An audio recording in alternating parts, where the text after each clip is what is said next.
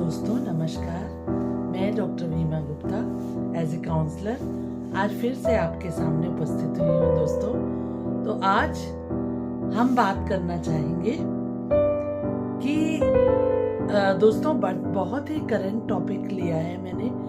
आजकल अधिकतर जब से मैंने काउंसलिंग प्रोग्राम शुरू किया है तो मैंने देखा कि सबसे आम प्रॉब्लम है जो हम हिंदुस्तानियों की या कहें ऑल ओवर वर्ल्ड, जो एक बहुत कॉमन प्रॉब्लम है दोस्तों, वो है शादियों का टूटना।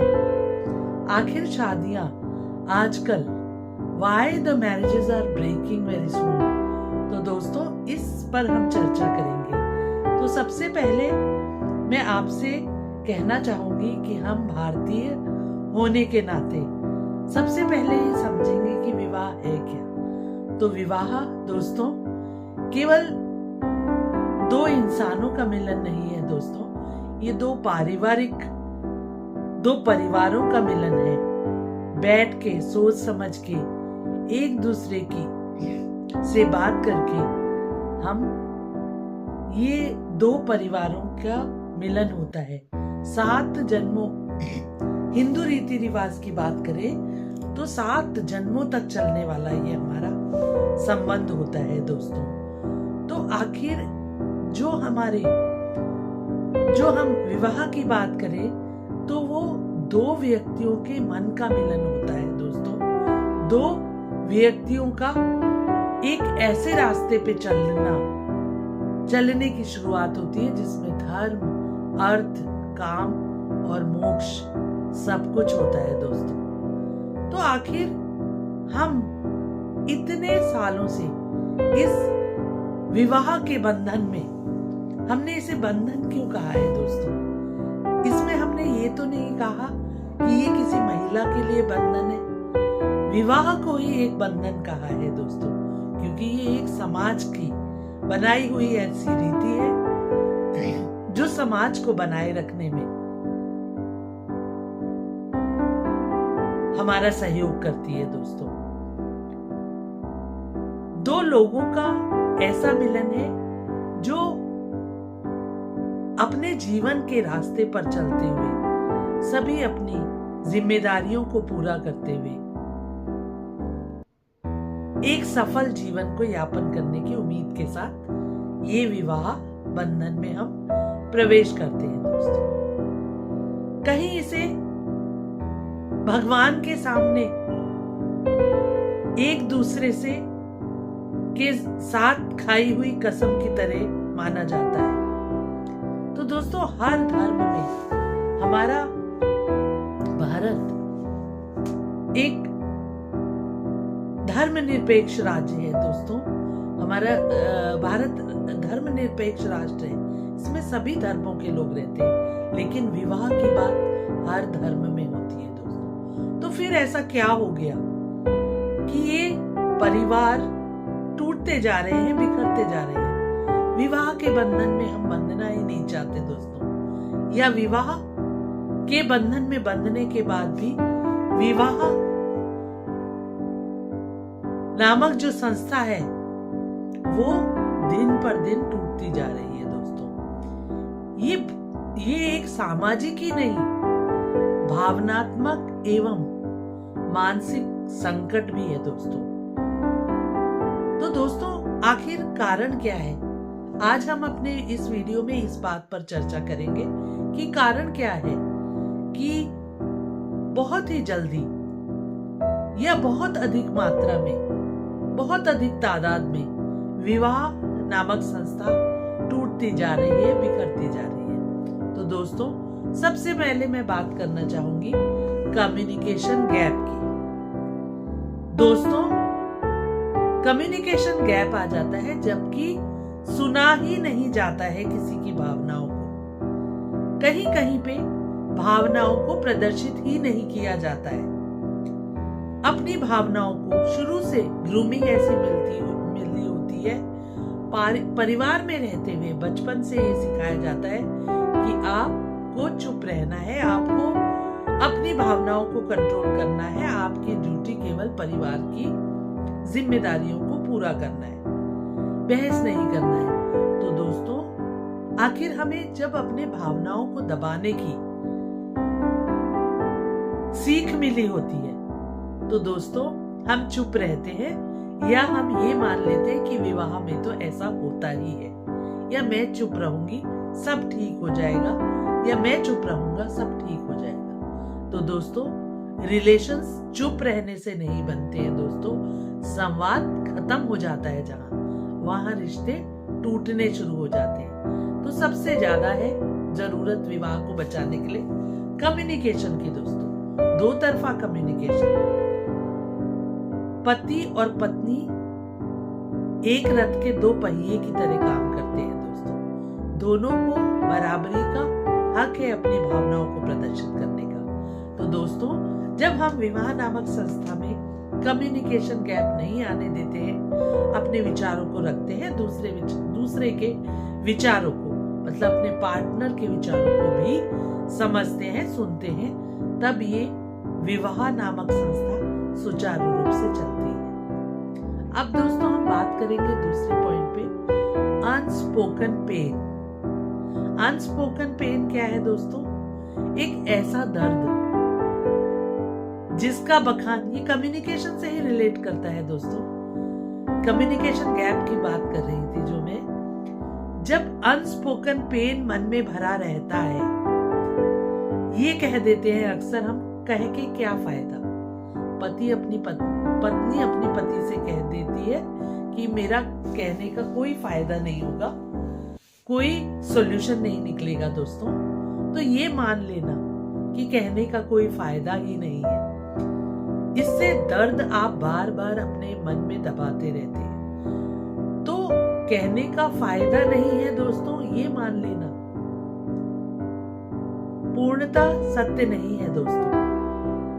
जब तक आप कहेंगे नहीं, जब तक आप अपने मन की भावनाओं को प्रदर्शित नहीं करेंगे, उस दर्द को जो आपको बुरा लगा है, अपमानित लगा है, सम्मान में आपके ठेस पहुंची, उस दर्द को आप उजागर नहीं कहेंगे, तो दोस्तों दबा हुआ दर्द नफरत में बदल जाता है। तो दोस्तों, इस नफरत और दूरी को बनाने के बजाय हमें अपने दर्द को बयान करना चाहिए। तीसरा पॉइंट में बात करूंगी, ईगो प्रॉब्लम, अहंकार। हमेशा मैं सही हूं, किसी भी पार्टनर की बात दोस्तों, मैं ये नहीं कहूंगी कि केवल मेल ऐसा करते हैं या केवल फीमेल ऐसा करती है। दोनों ही पार्ट में जब हम ये मान लेते हैं कि मैं ही सही हूं, वहां पर विचारों का टकराव होता है दोस्तों। कोई भी व्यक्ति संपूर्ण नहीं है, पूरा नहीं है। भगवान की बात करें हम अगर, जो इस संसार में पैदा हुए, अवतरित हुए दोस्तों, उन्होंने भी मानव रूप में कुछ गलतियां की हैं। तो ये अहंकार हमेशा असफलता का द्योतक होता है दोस्तों। तो हमें अहंकारी नहीं बनना है। हम हमेशा जीतना चाहते हैं। कोई भी टॉपिक हो, किसी पर भी डिस्कशन हो, हर पर्सन, चाहे वो वाइफ हो चाहे वो हस्बैंड हो, जीत अपने पक्ष में चाहता है। तो दोस्तों, शादी में जीत की जरूरत नहीं होती है। जीत या हार जैसा शब्द शादी में नहीं होता है दोस्तों। शादी बचाई जा सकती है समझ से। जीतने या हारने या ईगो को आगे रखने से शादी नहीं बचती है दोस्तों, बल्कि शादी को एक समझदारी से बचाया जा सकता है। ईगोइस्ट होके नहीं, समझदार होके शादी को बचाया जा सकता है। ऐसे फोर्थ पॉइंट में कहना चाहूंगी, अनरियलिस्टिक एक्सपेक्टेशन रखते हैं हम अपने पार्टनर से। अनरियलिस्टिक एक्सपेक्टेशन, ऐसे एक्सपेक्टेशंस या ऐसी अपेक्षाएं जो पार्टनर पूरा नहीं कर सकता है दोस्तों, या उसे परेशानी होती है उन एक्सपेक्टेशंस पे खरा उतरने की। जो जैसा है उसे बदलने में बहुत समय लगता है दोस्तों। हर दो पर्सन अलग अलग परिवारों में पले होते हैं, उनकी वैल्यू सिस्टम अलग होती है, उनकी ग्रूमिंग अलग होती है, उनकी लर्निंग अलग होती है, उनका बिहेवियर पैटर्न अलग होता है दोस्तों। साथ में रह के धीरे धीरे एक दूसरे की कमियों को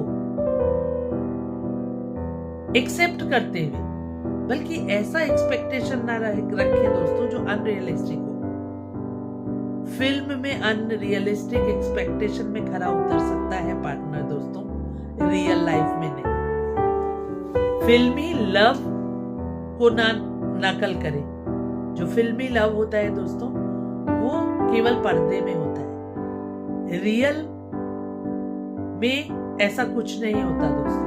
वो रियल लाइफ है तो रियल लाइफ में जीतना सीखें। बहुत ज्यादा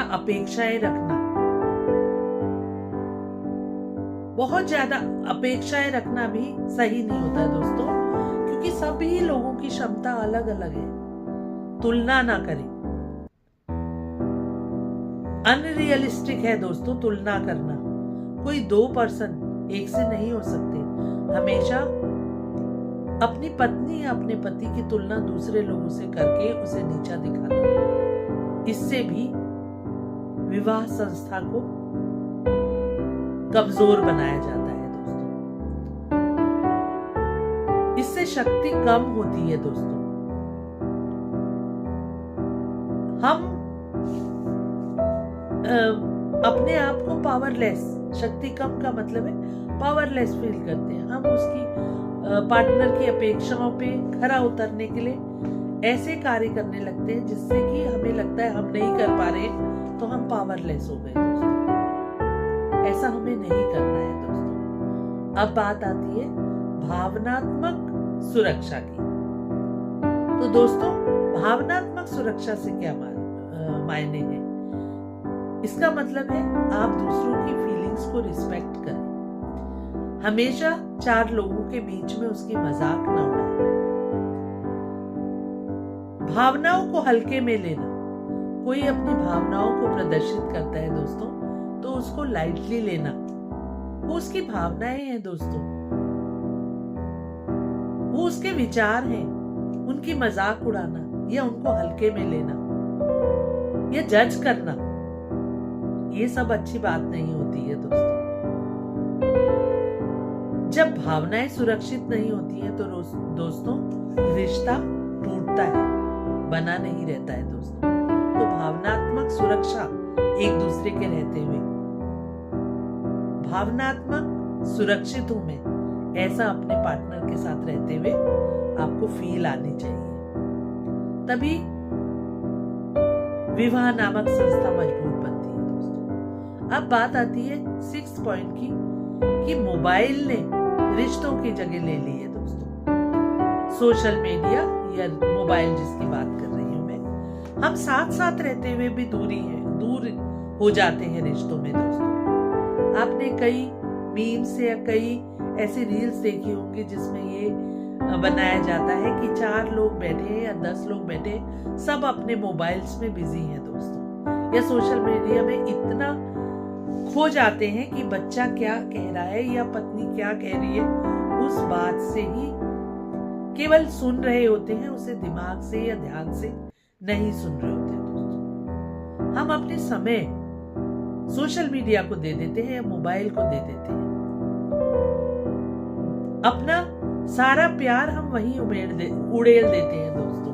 कहाँ? सोशल मीडिया पर। वो रियलिस्टिक हमेशा नहीं होता है दोस्तों। तो ऐसे अनरियलिस्टिक चीजों के लिए हम अपनी परिवार नामक संस्था को तोड़ देते हैं दोस्तों। समय कम पड़ जाता है, ध्यान हमारा बढ़ जाता है। फोन ने पास रहते हुए भी हमारे रिश्तों को दूर कर दिया है। अब बात आती है अगले पॉइंट की, आर्थिक तनाव व भूमिका संघर्ष। ये क्या है दोस्तों? पैसों का विवाद, हमेशा पैसों के पीछे भागना एक कैपेसिटी है किसी के भी कमाने की दोस्तों। हम हमेशा तुलना करके, पड़ोसी से तुलना करके, रिश्तेदारों से तुलना करके अपने पार्टनर को आगे बढ़ने के लिए, पैसा कमाने के लिए हमेशा ताने देते रहे दोस्तों। आर्थिक तनाव में रहे, हम होड़ में रहे, तुलना करते रहे अपने से ज्यादा पैसे वालों की, तो दोस्तों उससे भी रिश्ते खराब होते हैं। शादियां टूटती हैं दोस्तों। हम बड़ी आसानी से कह देते हैं एग्जाम्पल देते हुए कि फला को देखो कितना कमा रहा है। दोस्तों हर कोई समान नहीं है। जब हमारे हाथ में 5 उंगलियां समान आकार की नहीं है, समान लंबाई नहीं है, समान मोटाई नहीं है, हमारी 5 उंगलियां दोस्तों, तो किसी से हम तुलना कैसे कर सकते हैं किसी एक पर्सन की। बहुत ज्यादा एक्सपेक्टेशन रखते हैं, हम पैसों के पीछे भागते हैं, तब भी क्या होते हैं, परिवार टूटते हैं दोस्तों। पैसों के पीछे भागने से दूर रहने लगते हैं लोग, ज्यादा कमाई के चक्कर में आपस का साथ छोड़ देते हैं, दूर दूसरे शहरों में, दूसरे देशों में चले जाते हैं दोस्तों। तब भी आर्थिक तनाव होता है दोस्तों। कमाने के पीछे जब हम लगे रहते हैं तो तनाव, इस आर्थिक तनाव में हम रिश्तों को खो देते हैं, भूमिका के लिए संघर्ष करते रहते हैं। किसका रोल क्या है, मैं ही सबसे ज्यादा करता हूँ, मैं ही सबसे ज्यादा करती हूँ, ऐसी भावनाएं रखना और यह प्रदर्शित करना, इससे भी हमारे विवाह नामक संस्था टूटती जा रही है दोस्तों।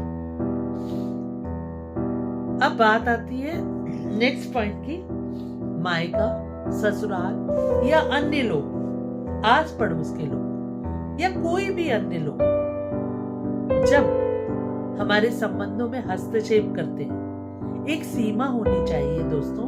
पति पत्नी को उस सीमा को निर्धारण करना चाहिए।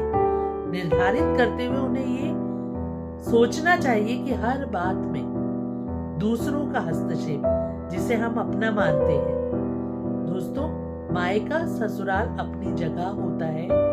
हर चीज में जब हस्तक्षेप करने लगते हैं तो ये विवाह संस्था टूटती है। तो दोस्तों पति पत्नी को भी ये पता होना चाहिए कि हमें अपने विवाह को बचाने के लिए एक सीमा बनानी है, बाउंड्रीज बनानी है। अपने संबंधों के बीच किसको कितना घुसने दिया जाए, यह आपको ही तय करना होगा दोस्तों, अगर आप अपने विवाह को बचाना चाहते हैं। हर बात में दखल देना दूसरों का किसी को पसंद नहीं आता है दोस्तों। जब ये दो आत्माओं का, दो लोगों का मिलन है, उन दोनों को ही तय करना चाहिए, या फिर बड़ी समझदारी के साथ, बड़े विश्वास पात्र लोगों के साथ अपनी समस्या को साझेदारी करें। आप दोनों को सीमा पता होनी चाहिए कि कितनी सीमा तक हम दूसरे की राय ले सकते हैं। दोस्तों इसके लिए आपको कोई भी प्रॉब्लम आती है, काउंसलर्स के पास काउंसलिंग मैं देख रही हूँ। जब से मैंने काउंसलिंग क्लासेस लेनी शुरू करी है या काउंसलिंग करनी शुरू की है, तो सबसे ज्यादा समस्या मेरे पास विवाह से संबंधित ही समस्याएं आ रही हैं दोस्तों। तो ऐसा क्या हो गया है आखिर? सबसे मजबूत कड़ी थी जो विवाह हमारे भारत में, आज वो इतना डगमगाते जा रहा है, आज वो बहुत आसानी से टूट जा रहा है दोस्तों। अब अगले पॉइंट की बात करती हूँ मैं, आत्म जागरूकता की कमी है दोस्तों। लोग पूछते हैं ये ताने, लोग पूछते हैं कि मेरा पति क्या करता है, लोग पूछते हैं कि मेरा पति क्या कमाता है, अगर मेरा पति कम कमाता है तो मैं क्या जवाब। ये लोग हैं कौन दोस्तों? ये लोग हैं कौन? अगर आपका पति कम कमाए या आपकी पत्नी आपसे कम कमाए या ज्यादा कमाए, तो दोस्तों समस्याओं का हल आप दोनों को ही मिलके करना है। ये लोग हैं कौन? हम लोगों का नाम लेके अपने अंदर की जो हमारी इच्छाएं हैं, जो वो लोग कोई पूछते ही नहीं है दोस्तों। आज सब जागरूक है, ऐसी पर्सनल बातों को कोई बहुत ही कम पढ़ा लिखा इंसान शायद पूछ सकता है, लेकिन बड़ी समझदारी के साथ आप उसका उत्तर दे सकते हैं। मुझे तो लगता है कि कोई पूछता ही नहीं है कि आपका पति क्या कमाता है। आपको पता होना चाहिए दोस्तों, आपके इतनी ज्यादा खर्चे, आपको ये पता होता है कि आपका पति क्या कमाता है या पत्नी कितना कमाती है, तो आपको उस धन को मैनेज करना आना चाहिए। ये आर्थिक तनाव बीच में नहीं आने देना चाहिए दोस्तों। आपको जागरूक होना चाहिए। लोग पूछते हैं कि नाम से शादियां टूट जाती हैं। लोग पूछते हैं कि पत्नी ऐसी क्यों है। लोग पूछते हैं कि पति ऐसा क्यों है। तो दोस्तों, आप दोनों के परिवारों ने जब ये विवाह संबंध में आपको बांधा तो हर चीज देखी परखी गई थी दोस्तों। शादी गुड्डे गुड़ियों का खिलौना नहीं, गुड्डे गुड़ियों का खेल नहीं है दोस्तों। शादी एक दो जनों के साथ साथ जीवन जीने का, कमियों को एक्सेप्ट करते हुए, अच्छाइयों को एक्सेप्ट करते हुए, आगे अपनी जिम्मेदारियों को निभाते हुए, ये एक ऐसी संस्था है दोस्तों जिसमें कि हर जो आगे आने वाला व्यक्ति है, क्योंकि ये एक सामाजिक जिम्मेदारी भी है दोस्तों। सामाजिक जिम्मेदारी कैसी? ये समाज का ही अंग है परिवार। बड़े बूढ़े हमें विवाह के बंधन में बांधते हैं दोस्तों। उन बड़े बूढ़ों को भी अपेक्षाएं होती हैं, जैसे उन्होंने अपने माँ बाप की जिम्मेदारियां पूरी करी है, आगे चल के जब हम बूढ़े हो जाएंगे मेरे बच्चे मेरी जिम्मेदारियां पूरी करेंगे। तो विवाह केवल दो जनों का ही बंधन, मिलन नहीं है दोस्तों, दो परिवारों का भी मिलन है। ये बहुत नाजुक रिश्ता है दोस्तों, इसे ऐसे ही अपने हाथों से मत जाने दीजिए दोस्तों। बात करना सीखें, सुनना सीखें, भावनाओं की कद्र करना सीखें, ईगो को छोड़ दें दोस्तों। रिश्ता समय रहते बचा लें दोस्तों। अगर आपको कहीं कोई समस्या आती है तो जल्द से जल्द काउंसलिंग करवा सकते हैं दोस्तों। काउंसलर के पास जाके अपना समस्या का समाधान ले सकते हैं। दूसरे लोग, चाहे वो मायका पक्ष हो, चाहे ससुराल पक्ष हो, या और कोई संबंधी हो, या फिर पड़ोसी या कोई मित्र, समस्या का हल आप खुद ढूंढ सकते हैं दोस्तों। और समस्या का हल नहीं हो रहा है तो जल्द से जल्द आपको काउंसलर के पास अपनी समस्या लेके दोनों को साथ में काउंसलिंग करवानी चाहिए दोस्तों। अपने विवाह को ऐसे ही अपने हाथों से गवा, क्या इसमें श्योरिटी है दोस्तों कि अगर एक विवाह टूट जाता है तो दूसरा विवाह बने ही रहेगा? हमें अपने जो हमारे व्यवहार के पैटर्न है दोस्तों, उन पैटर्न को समझना होगा, उन पैटर्न को बदलने की कोशिश करनी होगी अगर हम अपने विवाह को बचाना चाहते हैं दोस्तों। तो शायद किसी की भी लाइफ में, देखिए, विवाह एक ऐसा संबंध है जो दो अलग अलग परिवारों के लोगों को आके साथ में रहना होता है, जिनका अलग अलग रहन सहन में पालन पोषण हुआ होता है, अलग अलग मूल्यों के साथ वो बड़े हुए होते हैं। तो कैसे हम एक दिन में या 2 दिन में एक साथ कंपैटिबिलिटी के साथ रह सकते हैं दोस्तों? आपस में विचारों का विरोध भी होता है दोस्तों। विचारों का विरोध होने का मतलब ये नहीं कि हम उस संबंध को समाप्त कर दें दोस्तों। आप किसी भी रिश्ते में, केवल विवाह के ही रिश्ते में नहीं, आप किसी भी रिश्ते में जब प्रवेश करते हैं तो उस रिश्ते को बनाए रखने में बहुत सारी कोशिशें आपको करनी पड़ती हैं। ईगो को छोड़कर अपने आप में झांकिए, अपने आत्मा में झांकिए दोस्तों कि आपकी तरफ से क्या कोशिश है इस रिश्ते को बचाने की। दोस्तों, विवाह गुड्डे गुड़िया का खेल नहीं कि एक गुड़िया खो गई तो दूसरी गुड़िया लाके विवाह कर लेंगे। तो दोस्तों, ये एक बहुत ही मजबूत संस्था है, इसे बचाए रखें, क्योंकि विवाह नामक संस्था में प्रवेश कर जाने के बाद आपको बहुत सारे कर्तव्यों का निर्वाह साथ साथ में करना पड़ता है। बड़ों की देखभाल, बच्चों को प्यार, लालन पोषण, उनकी आर्थिक समस्याओं को दूर करना, ये सब जिम्मेदारी एक विवाह होने के बाद पति पत्नी की दोनों की हो जाती है। पारस्परिक दोनों की एक साथ चलने वाले ये कर्तव्य होते हैं और सुख या आनंद का भोग भी दोनों ही एक साथ लेते हैं, एक साथ अपने जीवन को यापन करते हैं आनंदित तरीके से। तो दोस्तों, कष्ट आने पर आप क्यों भूल जाते हैं कि ये भी दोनों ने साथ साथ ही निभाने हैं। दोस्तों, ईगो को छोड़कर, बहुत ज्यादा एक्सपेक्टेशंस को ना रखते हुए, प्लीज आप अपनी समस्याओं को स्वयं ही हल करना सीखें और इस विवाह को इतना क्षणभंगुर मत बनाइए, क्षण में टूट जाने वाला मत बनाइए। ये विवाह लगातार जो विवाह टूट रहे हैं, उस वजह से हमारी भावी पीढ़ी जो आ रही है वो भी इस संस्था से डर के कारण इस संस्था में प्रवेश करने से घबरा रही है। दोस्तों, तो हमें कोशिश करनी होगी दोस्तों, अगर समस्या आती है तो हमें काउंसलर के पास जाकर परामर्श लेकर अपनी इस समस्या का निदान कर लेना होगा दोस्तों। तो इसी के साथ मैं अपने शब्दों को विराम देती हूँ दोस्तों।